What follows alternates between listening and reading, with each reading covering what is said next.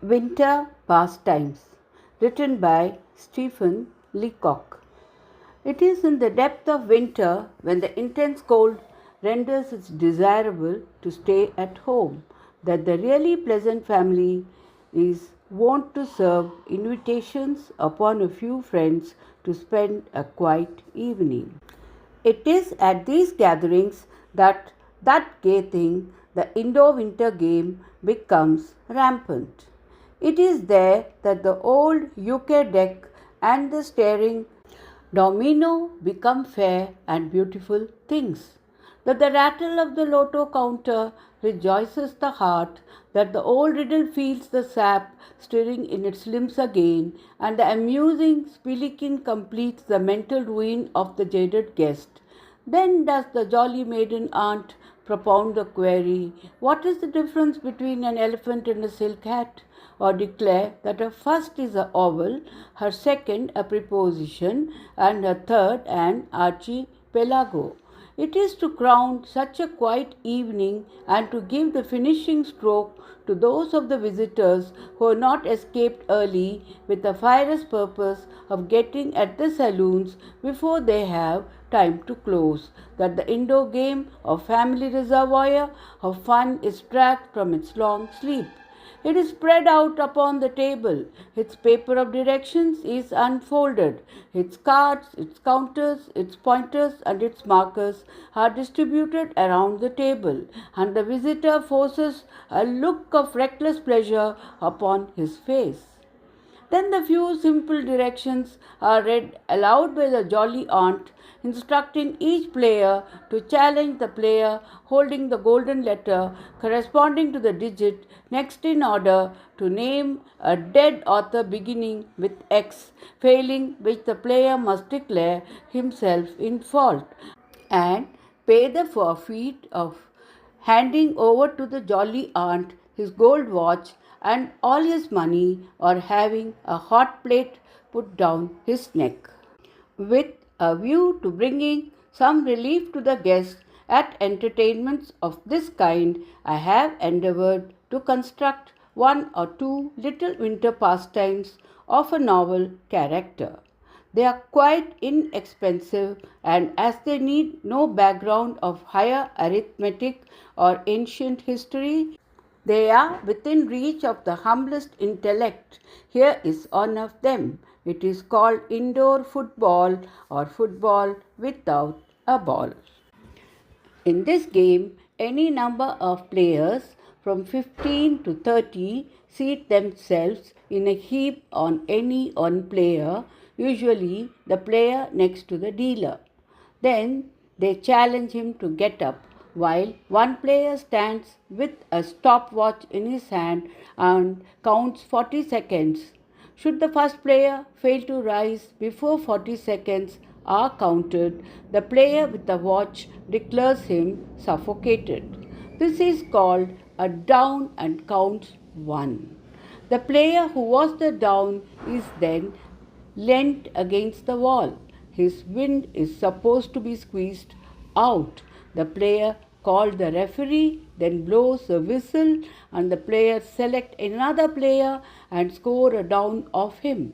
While the player is supposed to be down, all the rest must remain seated as before and not rise from him until the referee, by counting 40 and blowing his whistle, announces that in his opinion the other player is stifled. He is then leant against the wall beside the first player.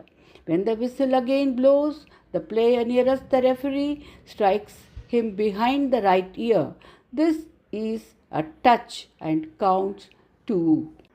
It is impossible, of course, to give all the rules in detail. I might add, however, that while it counts two to strike the referee, to kick him counts three, to break his arm or leg counts four, and to kill him outright is called Grand Slam and counts one game. Here is another little thing that I have worked out, which is superior to parlor games in that it combines their intense excitement with sound out of door exercise. It is easily comprehended and can be played by any number of players, old and young. It requires no other apparatus than a trolley car of the ordinary type, a mile or two of track, and a few thousand volts of electricity. It is called the suburban trolley car, a holiday game for old and young. The chief part in the game is taken by two players who station themselves one at each end of the car and who adopt some distinctive costumes to indicate that they are it. The other players occupy the body of the car or take up the position at intervals along the track. The object of each player should be to enter the car as stealthily as possible in such a way as to escape the notice of the players in distinctive dress. Should he fail to do this, he must pay the philophena or forfeit. Of these, there are two philophena. Number one, the payment of 5 cents, and philophena number two, being thrown off the car by the neck. Each player may elect which philophena he will pay.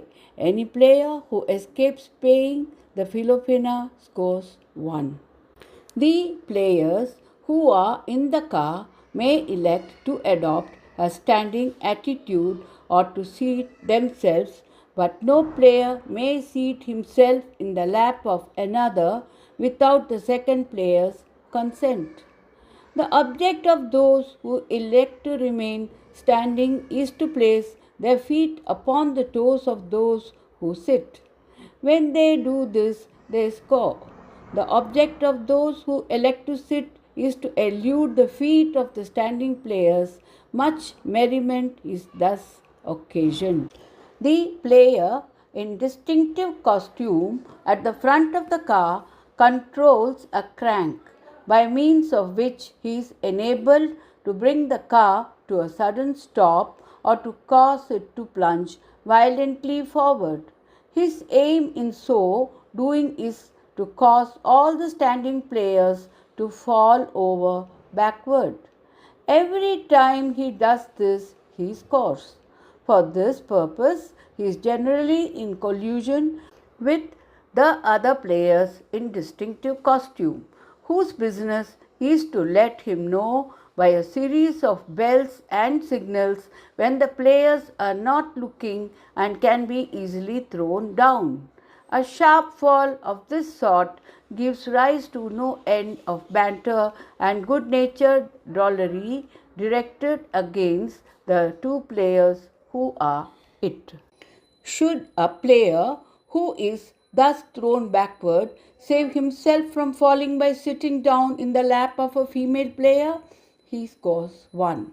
Any player who scores in this manner is entitled to remain seated while he may count 6, after which he must remove himself or pay philophena number 2. Should the player who controls the crank perceive a player upon the street desirous of joining in the game by entering the car, his object should be primo to run over him and kill him, secundo to kill him by any other means in his power, tertio to let him into the car but to exact the usual philophena.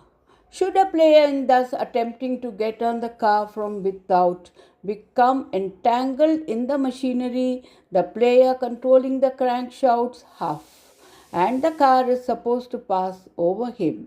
All within the car score 1. A fine spice of the ludicrous may be added to the game by each player pretending that he has a destination or stopping place where he would wish to alight. It now becomes the aim of the two players who are it to carry him past his point. A player who is thus carried beyond his imaginary stopping place must feign a violent passion and imitate angry gesticulations. He may, in addition, feign a great age or a painful infirmity, which will be found to occasion the most convulsive fun for the other players in the game. These are the main outlines of this most amusing pastime.